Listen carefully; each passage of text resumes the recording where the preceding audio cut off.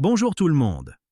Aujourd'hui, nous allons parler des temps en anglais et plus précisément du présent simple et du présent continu. Alors, commençons par le présent simple, ou le présent en français. On l'utilise pour parler de nos habitudes, de nos routines, de faits généraux ou de vérités universelles. Par exemple, I get up at 8 a.m. En français, je me lève à 8 heures.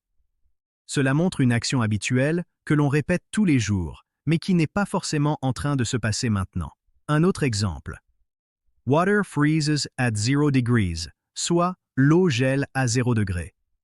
C'est une vérité scientifique. On utilise souvent des adverbes de fréquence avec le présent simple, comme usually, habituellement, always, toujours, often, souvent, sometimes, parfois, seldom, rarement, never, jamais. Et aussi des expressions comme every day, tous les jours, every week, toutes les semaines, every month, tous les mois, every year, tous les ans, nowadays, de nos jours, these days, ces derniers temps.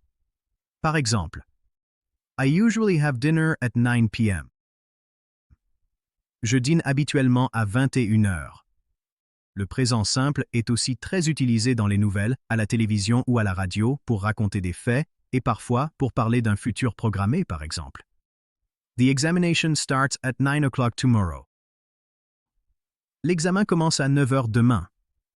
Et dans certaines histoires ou romans, le présent simple peut remplacer le présent continu pour des actions instantanées, comme John passed the ball to Bill.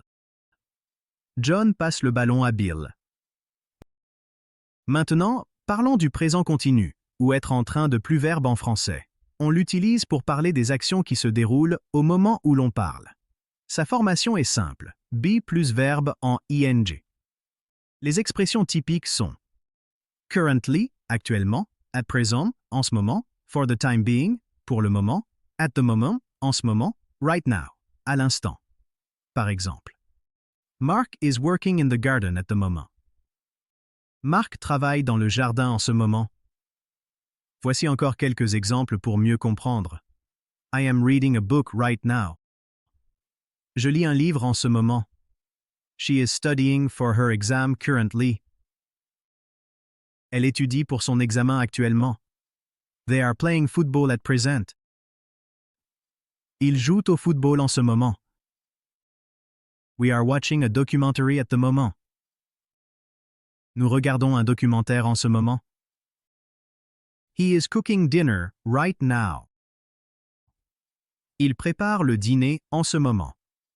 En résumé, souvenez-vous, le présent simple sert à parler des habitudes, des vérités générales et des événements programmés, tandis que le présent continu décrit ce qui se passe maintenant, à l'instant présent. Bien comprendre la différence entre ces deux temps est essentiel pour bien communiquer en anglais et éviter les erreurs. Merci et à la prochaine vidéo.